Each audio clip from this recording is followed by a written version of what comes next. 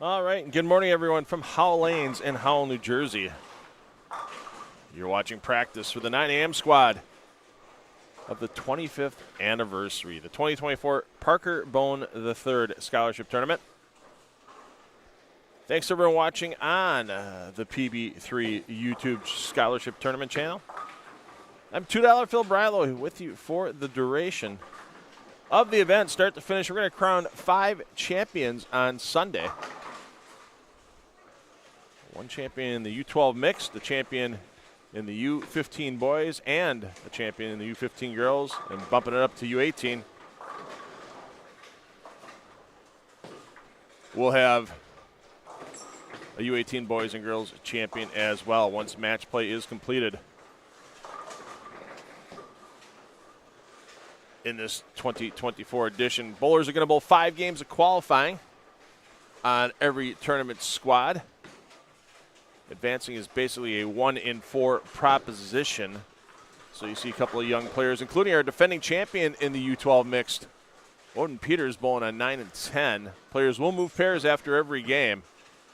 I think this morning on this squad, it's simply going to be a shift 1 pair to the right. I'll get that verified from the tournament office momentarily.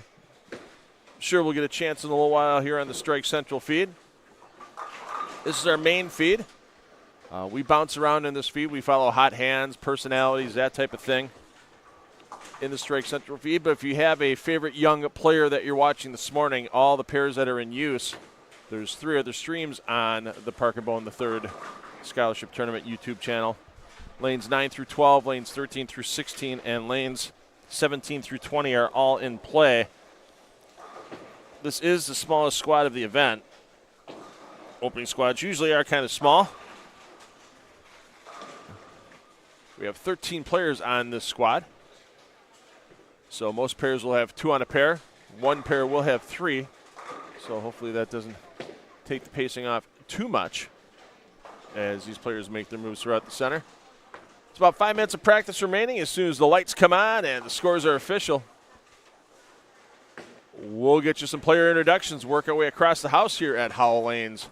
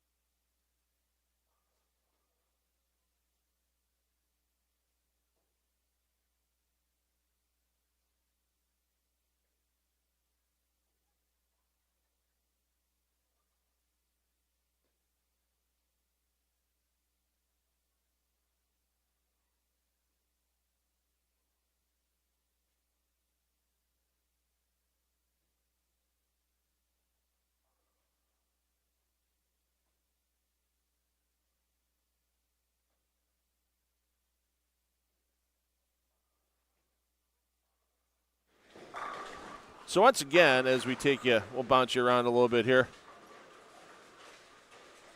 through all 6 pairs of lanes in play this morning.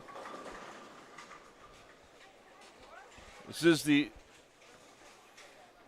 PB3 Scholarship Tournament lane pattern out there. We'll get you all the details on that during Game 1.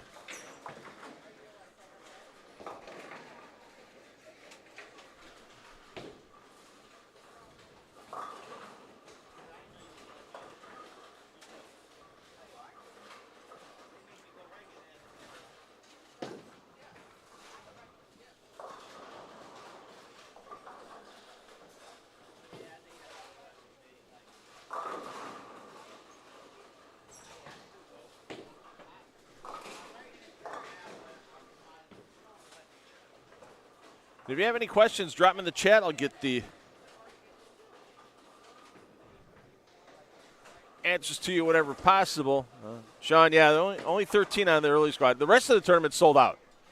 So, I mean, that's the way it usually works with these events, especially, I heard the comments from some of the parents here that some of these young players are homeschooled. So a little easier for a homeschooler to, I guess you could say, cut class and make their way to bowl this morning. But, yeah, usually this squad is the smallest squad of the event, the opening squad. But, yeah, the rest of it, if you don't have your entry in already, you're not getting in. So a lot of those Saturday squads sold out.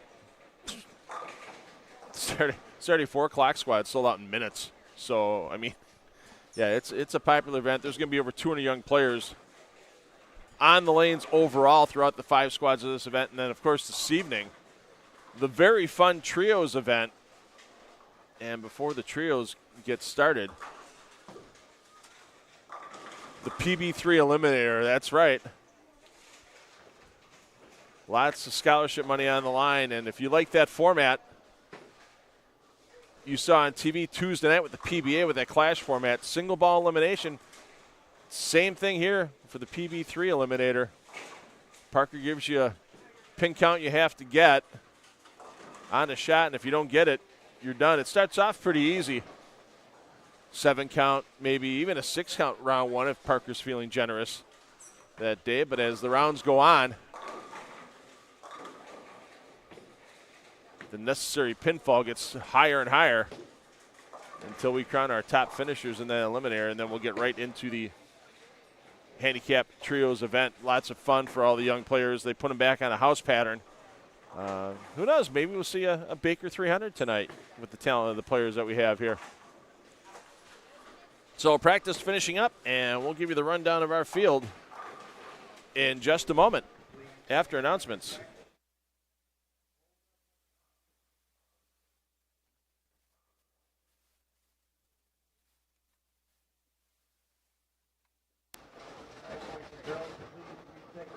Back to their first ball setting. Remember, 5 games of competition, move 1 pair to the right each game. Once you have 10 pins, please hit your red key on your console, and you may begin your tournament play. Ladies and gentlemen, how about a nice send-off for our first squad of competition in this year's 25th annual Parker Bohn III Scholarship Tournament. Good luck, ballers.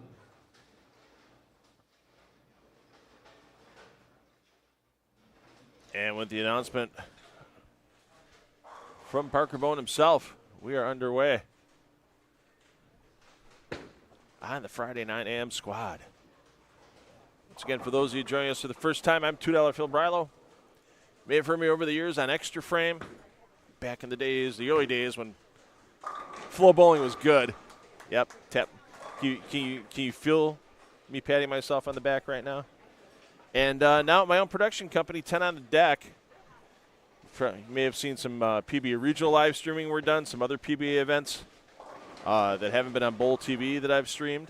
We're going to have a couple of those actually coming up over the next couple of weekends. Lots of people, they have their opinions on the string pin machines. We're not here to make opinions. We're just here to show you what it's all about, and we're going to be doing that the next 2 weekends on the PBA YouTube page, with a couple of regionals coming up.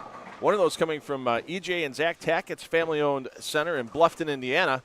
That's next weekend. And then the weekend of the 12th and 13th of October will be coming to you on the PBA YouTube channel from Foxview Lanes in Waukesha, Wisconsin. So back-to-back string pin regionals. They're not going to count for titles or points or anything of that nature in those regionals, but it will count for a nice big paycheck. I know there's predicted $3,000 for first in Bluffton, and I believe that projection is $3,000 or $3,500 in Waukesha. So it'll be interesting to see how these players do on the strings at the professional level.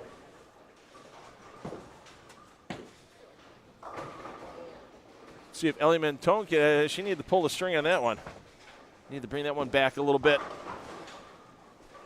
Unfortunately, an open frame for LU, who's bowling in the under 12 mixed division.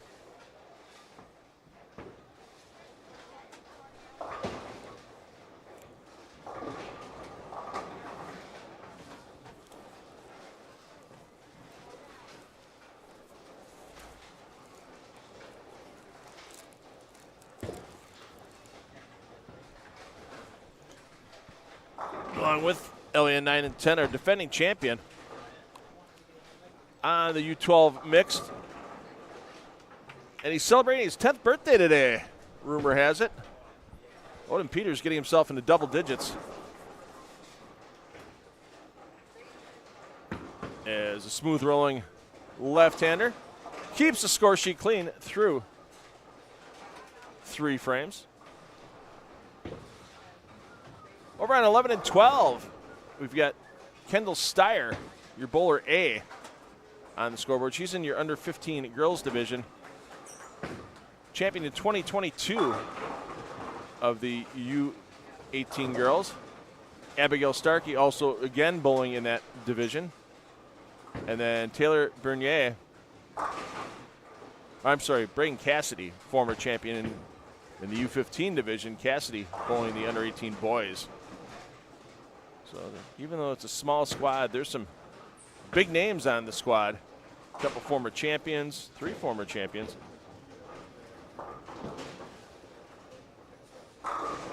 And let's get over to 13 through 16 as a young junior Team USA member and a top 16 finisher at Junior Gold this past season. Chance McLean, he's your bowler B on 13 and 14. Taylor Bernier, your bowler A on that pair. And on 15 and 16, CJ Kumbergi is your bowler A. Frank Saragnisi, your bowler B.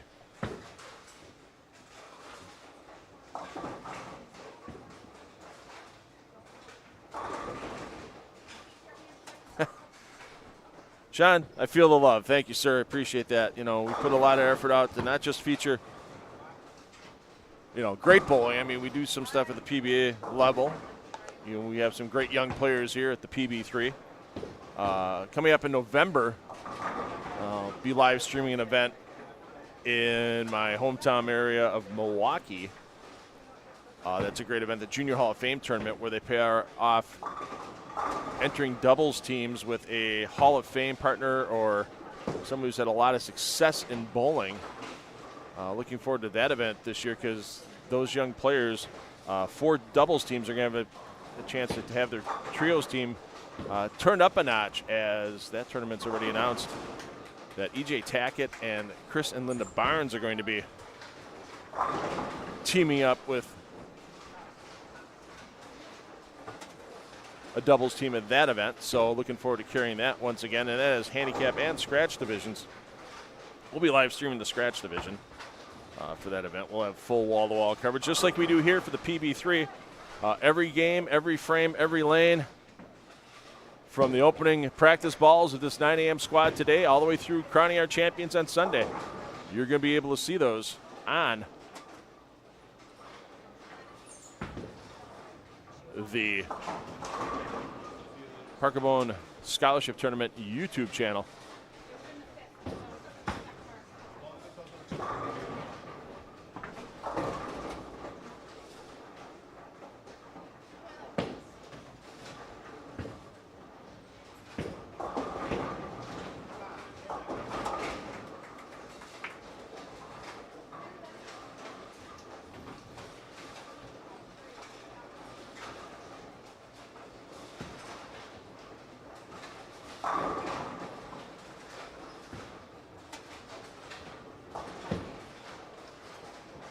Once again, 5-game qualifying block for these young players.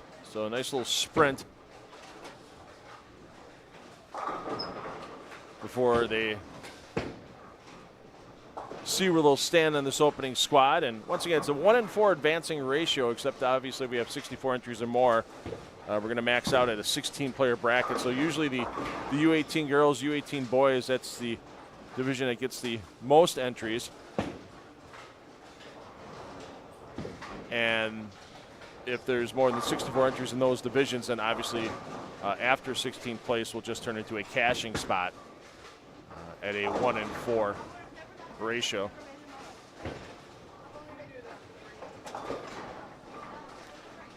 Let's take a peek over as the pace fast and furious on this 9 a.m. squad. Our last bowlers to be seen, but not last in our hearts.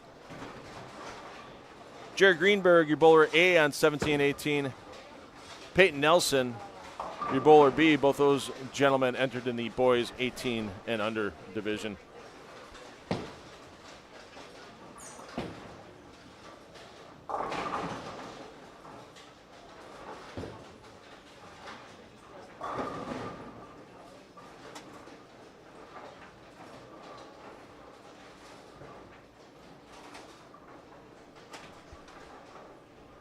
I've never minded bowling an early squad event just on the basis of,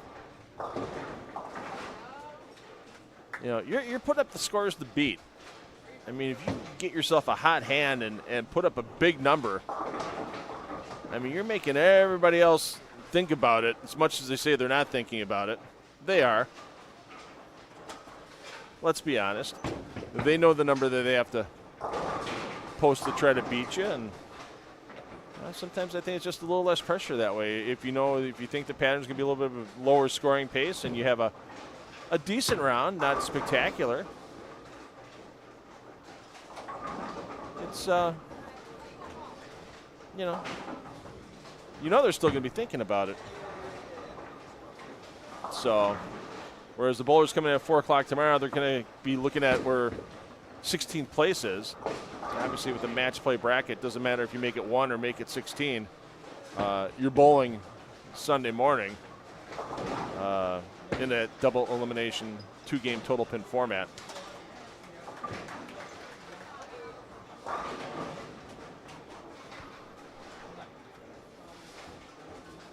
So that's when the scoreboard watching will really happen. The 4 o'clock squad tomorrow.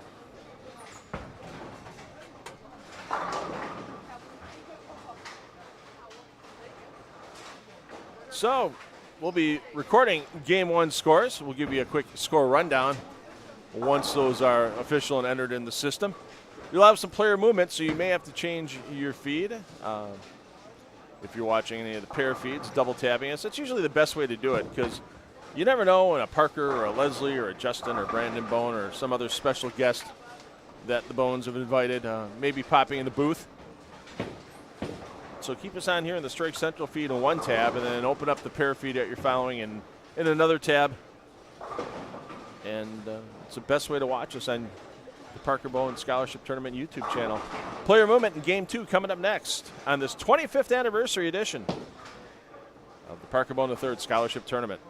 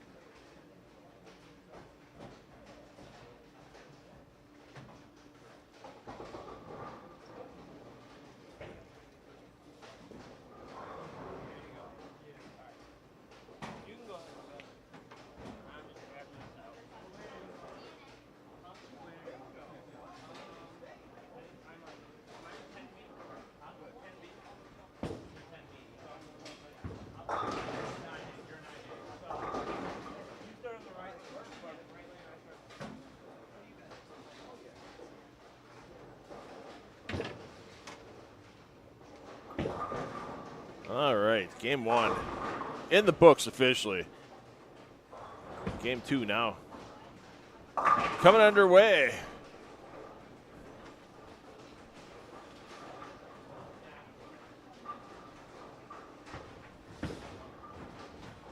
Got Jared Greenberg, your bowler A on the scoreboard on the right lane on lane 10. Peyton Nelson, or PJ's, has got in the back of his jersey. He's your bowler B on 10. And then our players from 9 and 10 with Ellie and Odin. Ellie, your A, Odin, your B. That's your U12 mixed qualifiers on this 9 a.m. Friday morning squad. That's on 11 and 12. Scores are getting recorded. We'll give you a quick update once those are in. If you have questions, drop them in the chat. This came through with the ball raffle. Always good to win a bowling ball. And of course, just like everything they have at this event,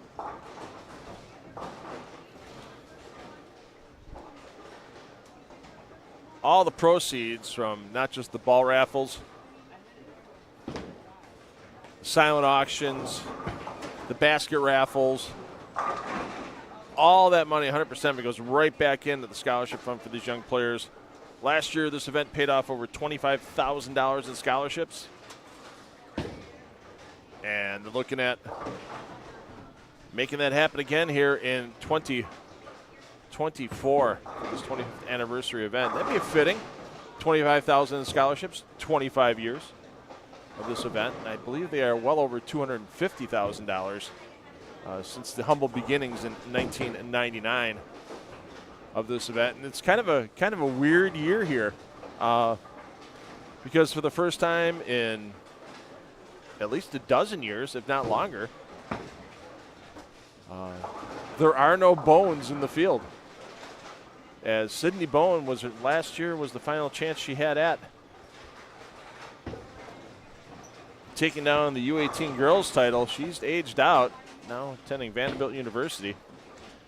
She's expected to fly back in today, so it'll be a nice little family reunion. No, Leslie's looking forward to it with all the kids away at school.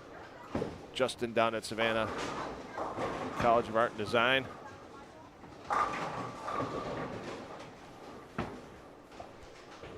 Brandon at Weber International, and of course we mentioned Leslie looking forward to Sydney getting back from Vanderbilt.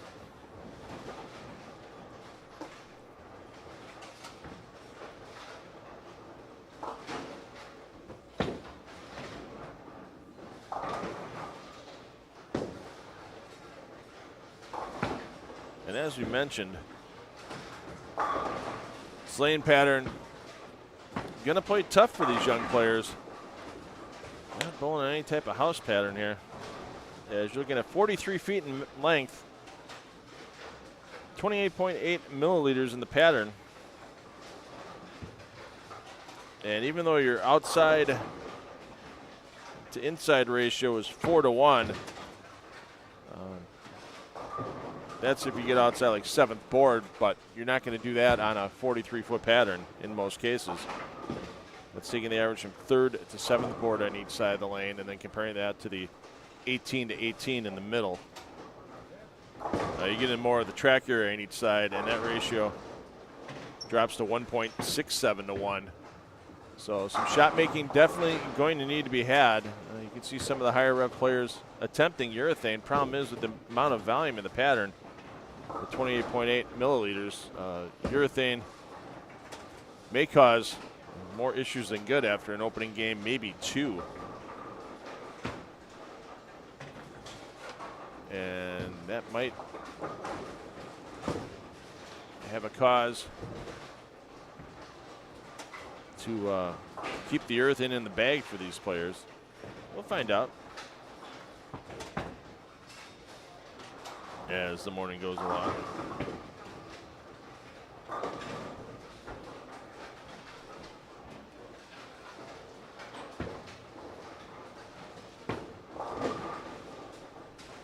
Come on, Ellie, cover that spare. Yeah, there you go. That's what we like to see. Young players knowing how important the spares are. There you see Braden Cassidy. Cassidy started 173 his opening game. And double on the board now, looking at a possible open with that washout.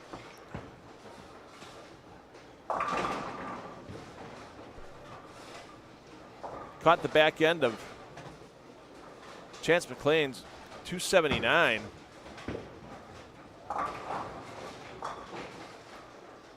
chance Caesar Bowler be on 15 and 16. 279, not a chance of that this game, but he's kept it clean through the first 4 frames. That 279 by McLean, the only game of 200 or greater out of these 13 bowlers in game 1. Frank Sergnisi, 197 in the 18 and under boys. The next tie game, and then following that, Abigail Starkey, who's in the 18 and under girls. There you see Starkey stepping up on lane 14.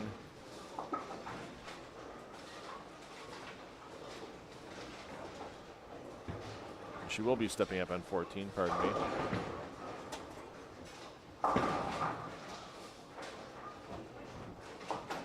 Had 189 for the opening game.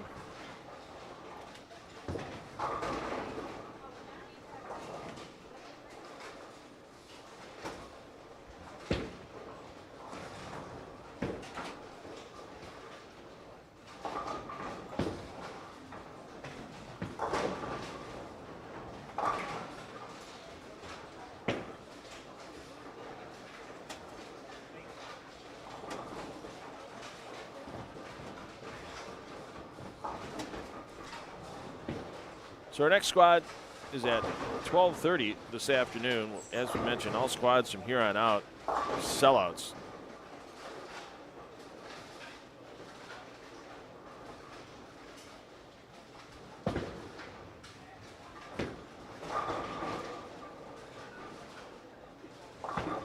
So we're going to have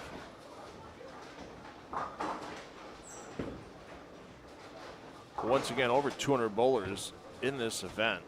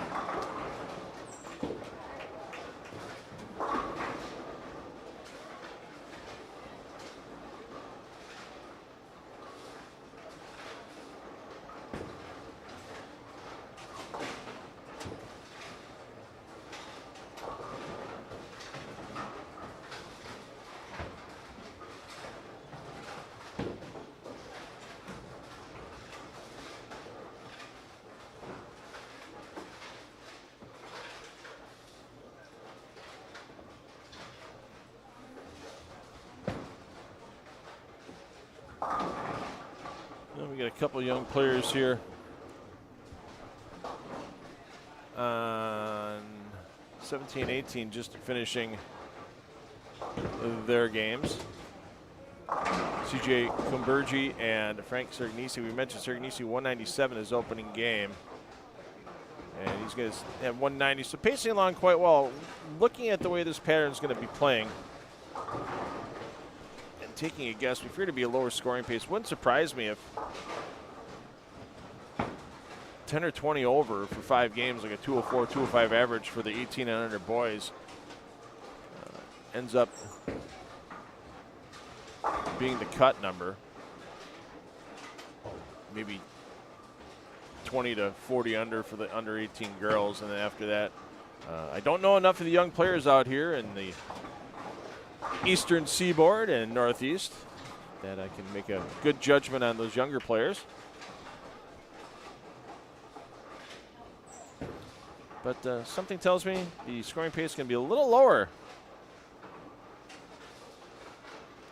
than last year, and it's never easy here at the PB3 to take home a championship, because not only do you have the 5 games of qualifying, and there are multiple entries allowed, so some bowlers already signed up for more than one squad.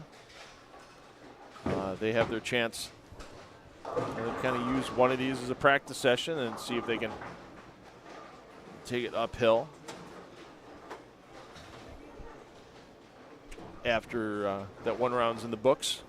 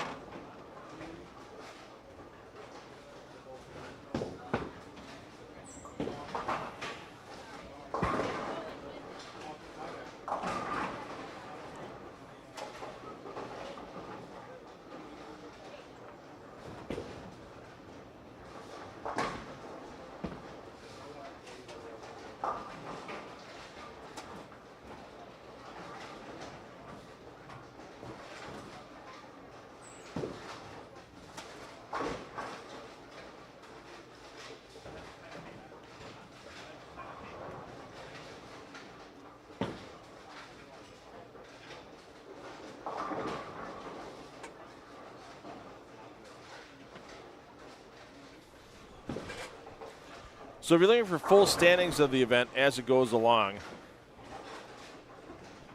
those will be available on the tournament website. That's at parkerbohn3.com, and that's the number 3. parkerbohn3.com. That has all your tournament information, links to your live streams and such, results.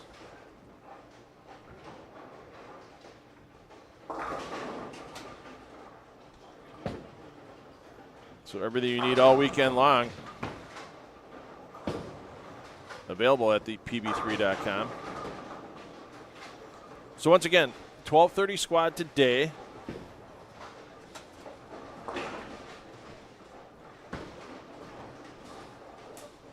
Then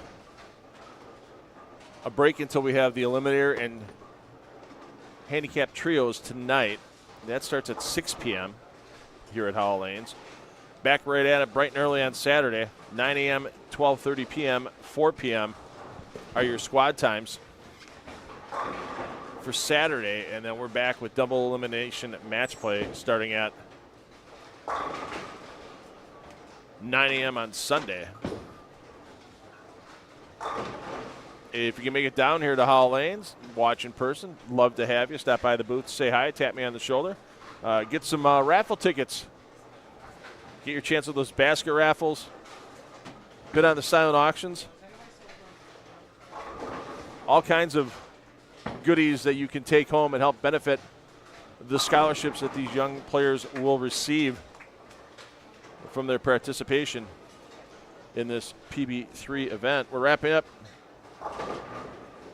our second of the 5-game qualifying blocks, which means we're getting into our third game coming up next.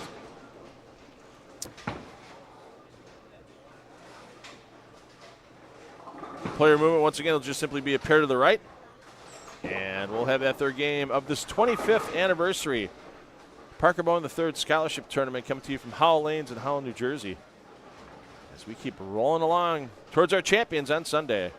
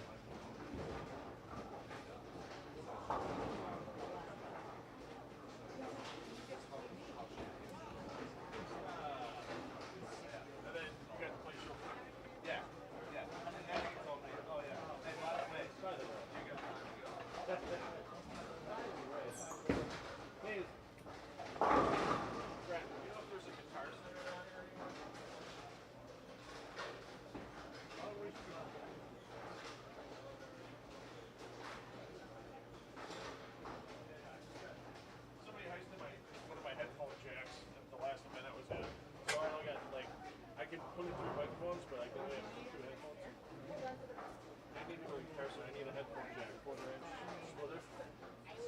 Yeah, so there's a good Carson I can buy hard.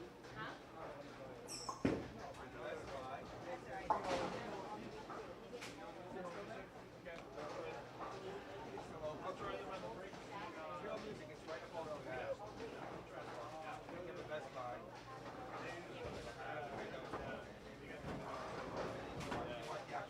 Yeah, so real music. I'll look for it. Yeah, really.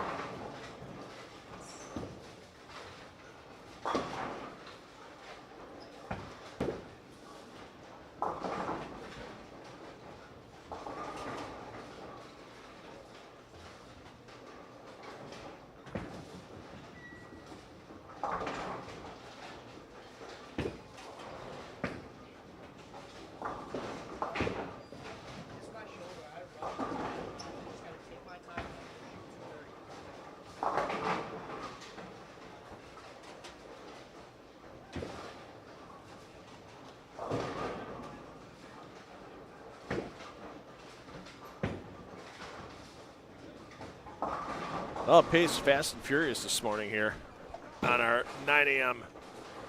qualifying squad.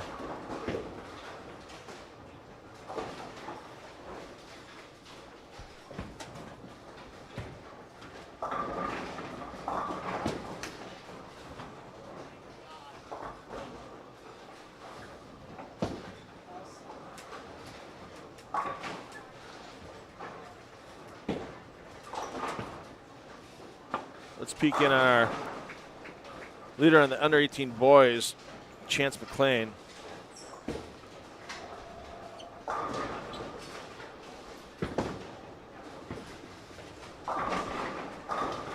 As McLean and Bernier your A, McLean your B. McLean 279, 181 the first two games. Bernier bounced off a 145 game, bounced back with a 205. Once again, Lane's playing tough as only one 200 game out of our 13 competitors here in game 2. That being by Bernier. Or Bernier. Depends on how much you want to French it up. Let's go with Bernier. They can correct me otherwise.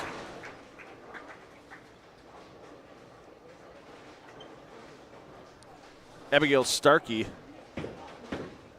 your leader and sole participant in the under 18 girls right now, 189, 184 for Starkey.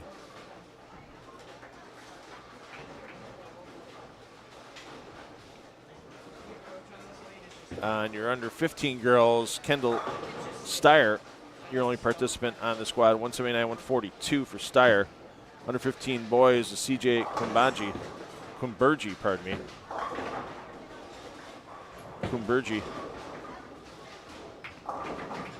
151, 156. And we do have two participants in the under 12, and we'll peek in on them momentarily. Under 12 is a mixed division. And there you see our defending champion in that division, Odin Peters. Peters 167 and then a 98 in game 2.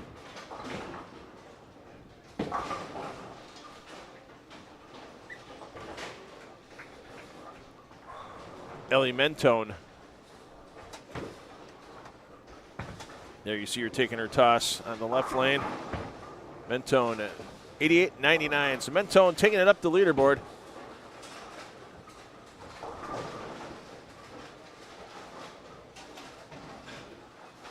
And Mentone.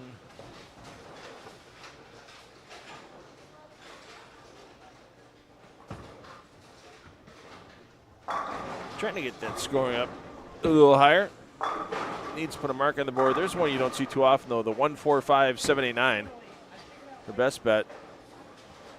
Hit solid on the left side of head pin. She had the right idea. You need to get some deflection of some type. And that's the thing with these young players. I mean, let's be honest. You know, Odin and Ellie aren't throwing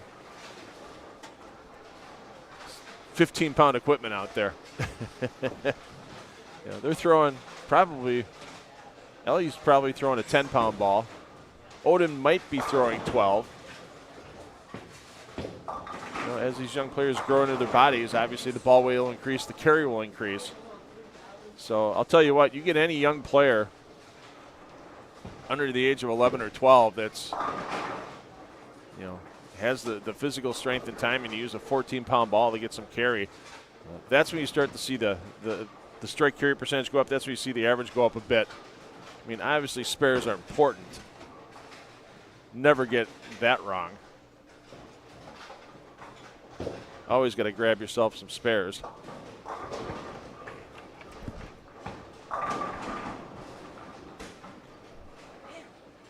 But, yeah, you get that increase in ball weight where the ball can go through the pins with a lot less deflection. That's where these young players, the 11, 12, 13-year-olds, really start to see their average go up.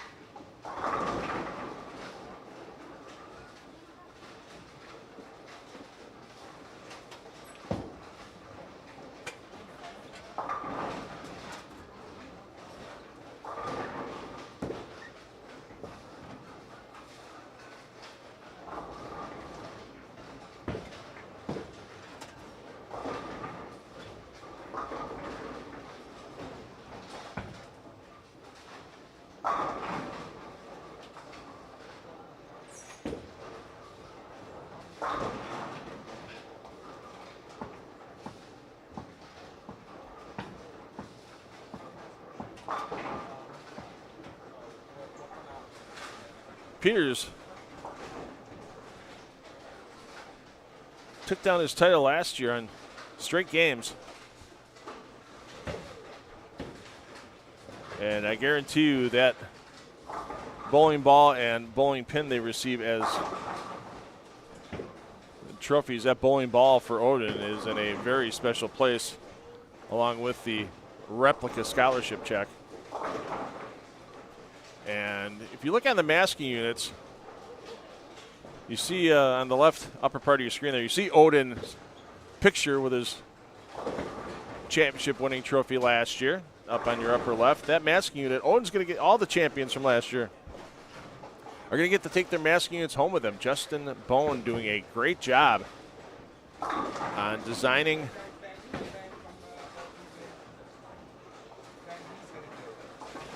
and getting these masking units up here at Howell Lanes, and just nice pop of color those have. And you talk about a special commemorative item. I mean, it's really cool.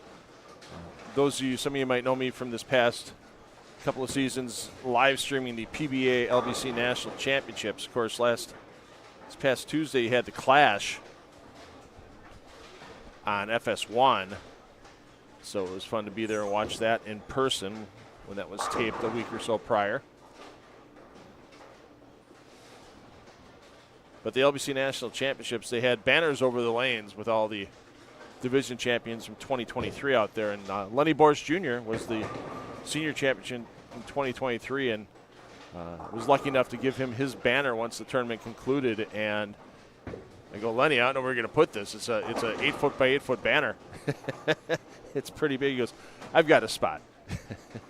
I mean, it's just something to get, to really commemorate you being a champion that's so unique, and that's what these young players here, our 2023 champions, are going to see. Hopefully they have enough room in the car. I didn't think about that. It's 8 feet long.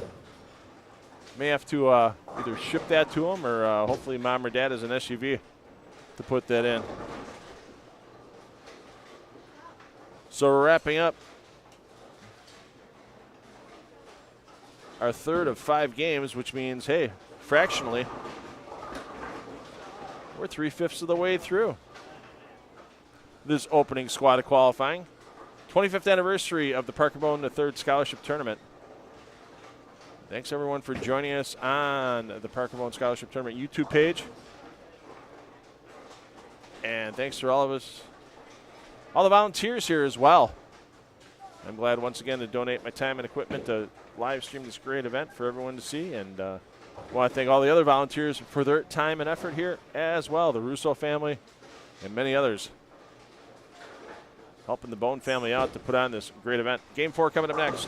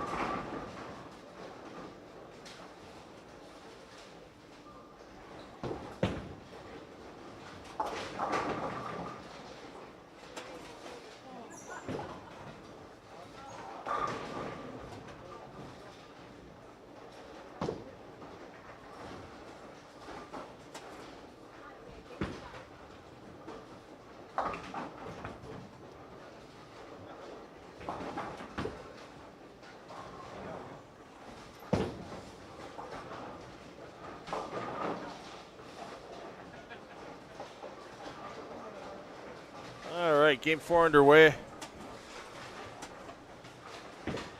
And once again, theme of the morning so far has been the lanes are tough. 43 feet, about 29 milliliters in the pattern. 40 foot of reverse brush, so that should help the pattern hold up a bit. Problem is, sometimes young players start thinking, oh, urethane. Control the lane, control the pattern. Problem is, volume in the pattern can get a little touchy. And not necessarily the reason why the scoring pace is low. Obviously, it's a tough pattern. We talked, it's 4-1 if you count the full outside to inside ratio, but you get where most of these bowlers are probably going to need to play. And you're looking at a 1.67 to 1 ratio. So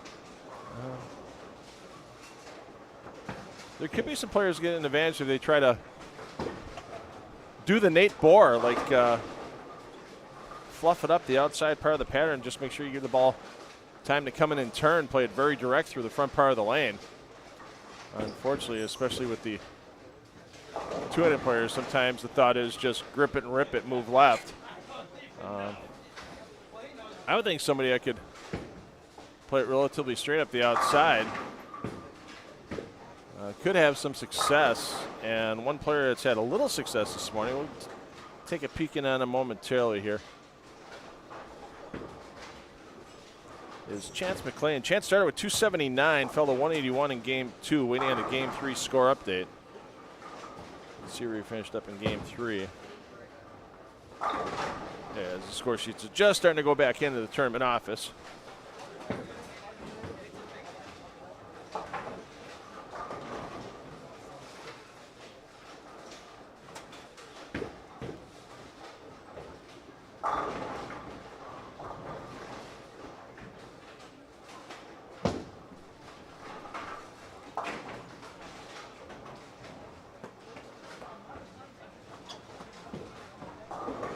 Watch where Chance is playing lanes. He's using a pretty, it's a lane shined ball. It doesn't have a lot of surface on it. Might even be hit with a 4,000 pad before he started, but you'll see he's trying to play that ball between second and third arrow. Oh, now he's made a little move. He's probably going to tattoo third arrow here. Yeah, just inside of third arrow. You see how straight he's trying to keep it. Now he's got a 3-bagger on the board. I think the players are going to try to chase too far left too fast. They're going to find themselves having issues like you see there for Bernier. As you're going to get a little too far left, and any firmness with the speed is going to get that ball into 2-8 trouble or worse. We've seen several 2-10s, 2-8-10s this morning. The players on the lanes.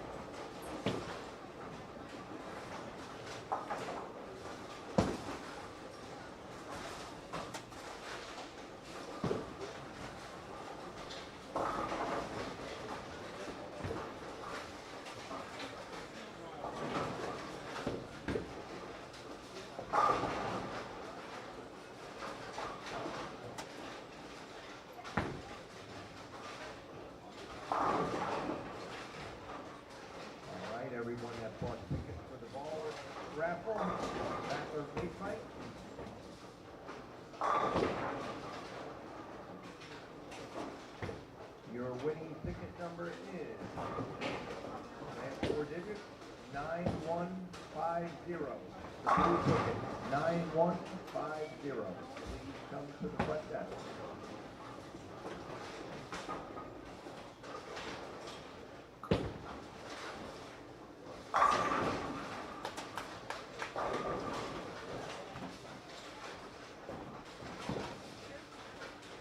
All right, we have our winner.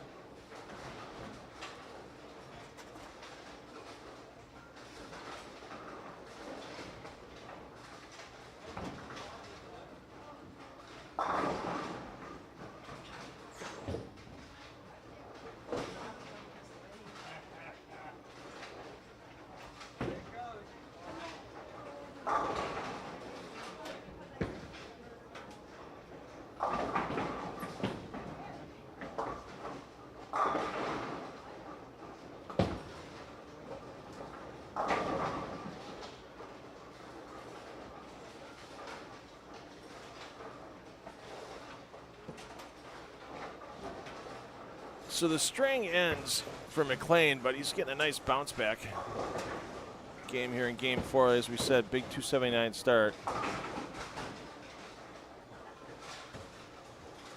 he's been treading water since then. He's got a chance for 225 this game. And I think if McLean can get out of here without a horrendous last game, I think if he gets himself in that plus 30 plus 40 range, I think he can leave here pretty comfortable, knowing he's probably going to be in the top 16 for Sunday. I can't see the cut getting much higher than that, plus 25, plus 30 at 205, 206 average for 5 games. And there you see. That's why bowling is fun. Hey, I made that move. Didn't work. Move back. Oh, yeah, it's still working. Great. And sometimes, yeah, players anticipate the jump, and then it doesn't happen. They anticipate the big move. Nope, didn't need it.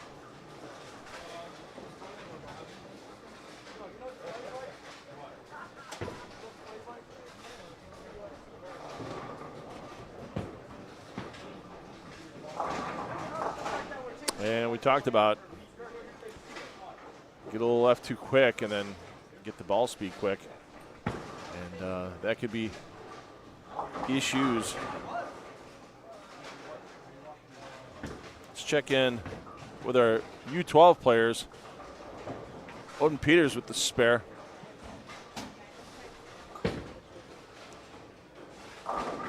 Ellie Mentone putting a few marks on the board.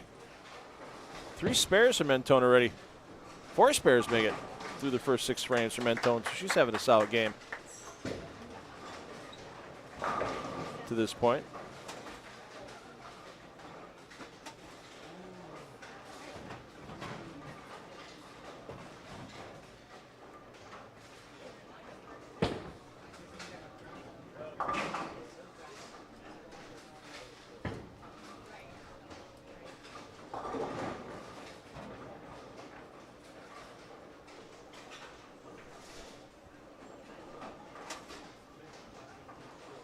Mentone getting a little advice from the parents in the back. There she comes trotting down the lanes. Getting ready to fire it up on lane 16. Let's see if we can get an X on the board for her. Smart move. The little 2.5 stepper helps her generate swing speed, ball and control. And yeah, that's just ball weight. Tell you what, if she was a few years older, a little heavier ball weight, that would have been flush 10 back. I like her game. It's simple. She gets some revolutions on the ball. She's using a polished ball so she can keep the ball in control. And it's just the weight hurting her right now. And as she continues to grow, I think with the fundamentals that she has solidly developed to this point, and then combine the ball speed with a longer approach. Come on, shooter. Get a couple between them. I like her game. She's off to a great start for her young bowling career. So just a couple of frames remaining here in Game 4, pace pretty furious with just 2 on a pair. So player movement, Game 5 coming up next. For the 25th anniversary of this Parker Bohn III Scholarship Tournament from Howell Lanes in Howell, New Jersey, I'm $2 Phil Brylow, taking you through the weekend till we crown our champions on Sunday.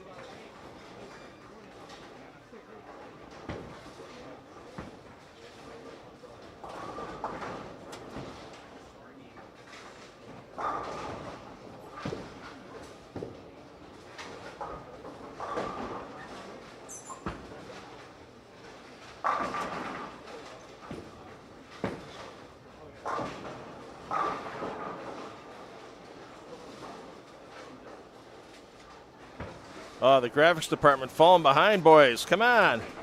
Out there in the truck. They're into game 5. Throw that graphic. There we go. All right. Hardest working graphics team in the bowling game. 10 on the deck productions.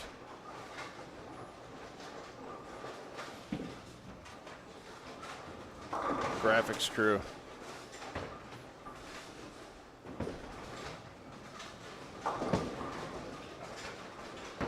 They work for Cotton Candy and Corn Dogs.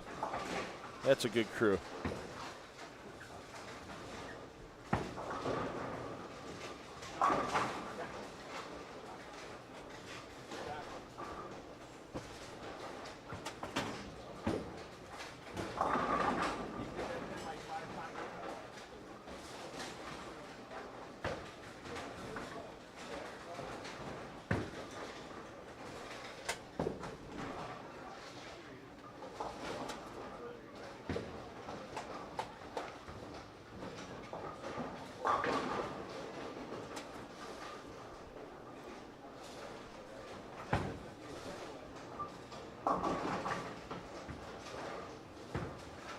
So we'll have a short break after this game's complete.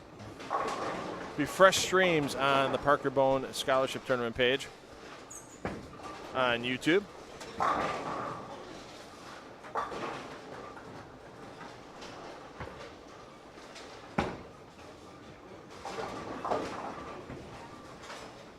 And that'll begin at 12:30 p.m. Eastern Time. That'll be our final qualifying squad for today. There'll be 3 qualifying squads tomorrow. 9 a.m., 12:30 p.m., 4 p.m., your Saturday qualifiers. 4 p.m. will be the last chance for players to make Sunday's double elimination match play rounds. But at 6 o'clock tonight, we'll have the always fun PB3 Eliminator and Handicap Trios event. So it's always fun because that way, sometimes the younger family members aren't up to the talent level of the older family members yet. Remember last year there were several families that had 3 of their kids bowling together. And it's a fun event. You'll be on the house shot here at Howell Lanes. There'll be some scholarship money up for grabs. And a great time for everybody to be social because it's really the one time where we're going to have 26 lanes in play. We're going to have 80 or so young players in the building, and the best chance some of these players have to run into each other all weekend long. They might be on different squad times today or tomorrow. But being able to gather everybody in tonight for the Eliminator and the Handicap Trios, it's going to be a lot of fun here inside of Howell Lanes.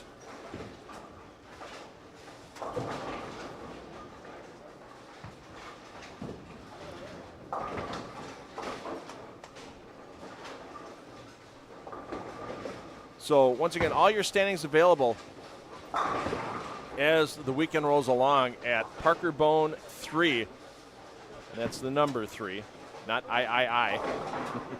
Like we usually see behind Parker's name. ParkerBohn3.com will have your results. It'll also have the link to the Parker Bohn the Third Scholarship Tournament YouTube page as well. So that can be pretty much your landing site all weekend long. And once again, 10 on the Deck Productions, we're glad to be here, giving our time and our equipment to this great event.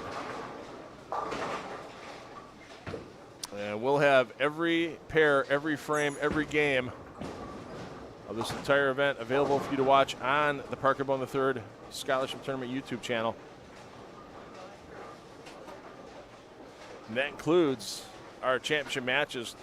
Those come to you live from the Rev Rates, the VIP entertainment section of Howell Lanes.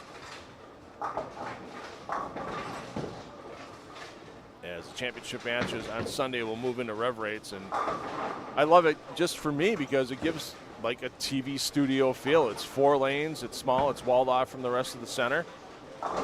It's pretty darn cool. And of course you get all the extra goodies and benefits with Rev Rates if you decide to take some practice sessions or some lessons here. I mean, they have Specto bowling, they have My Shot, they have it where you can respot every pin from the tablets behind the lanes. It's certain spares you want to practice. It's a lot of fun. It's a neat little facility. Let's take a peek in over on lanes 9 through 12. There you see Starkey with 4 spares in a row on the board.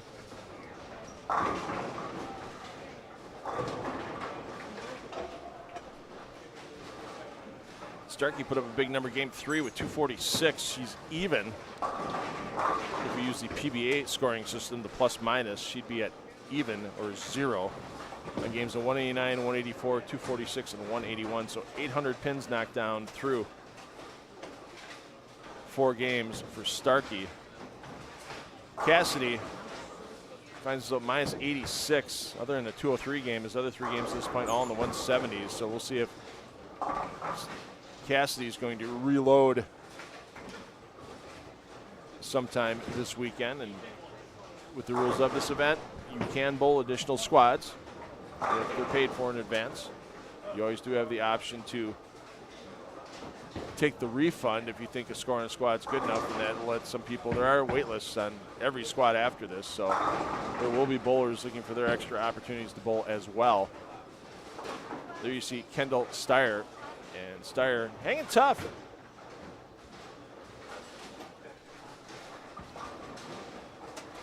.179, 142, 160, 149. She's the only entrant in the under 15 girls division on this squad.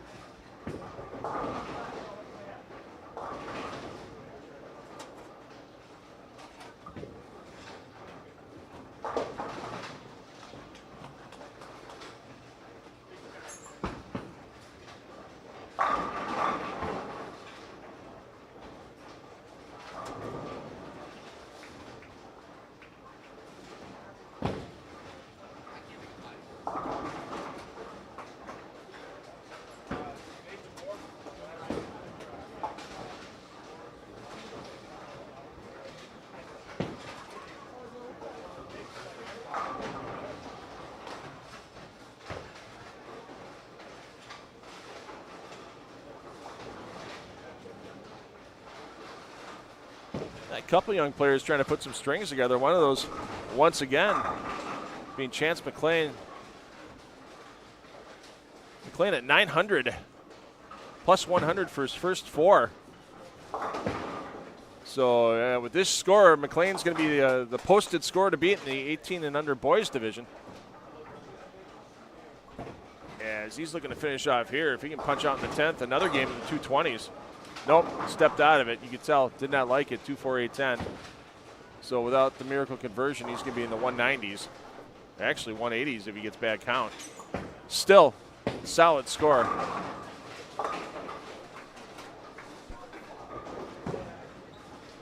And I would think if I was Chance McLean, I wouldn't worry about entering any other squads. I think that score is going to be plenty enough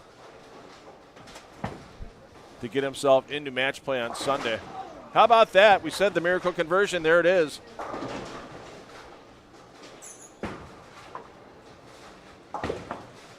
Toughest pin to get out of that. It's always the 8 pin, and McLean with no problem taking care of that. So nothing wrong with going for it at that point. And it's just going to get yourself a higher seating position as you go through.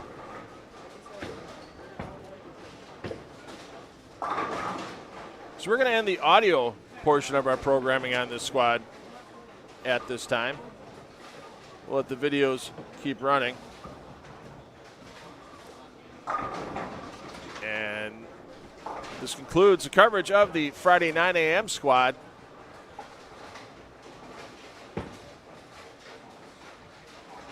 Grab yourself a quick bite to eat, a little refreshment. You got a little time before we're going to be back here for the 12:30 p.m. squad, our second and final qualifying squad for Friday. 3 qualifying squads tomorrow will be on deck as well. I'm $2 Phil Brylow. Hey, parents, take the kids bowling because you know they are going to have fun for life. And we'll see you back here in about an hour and a half.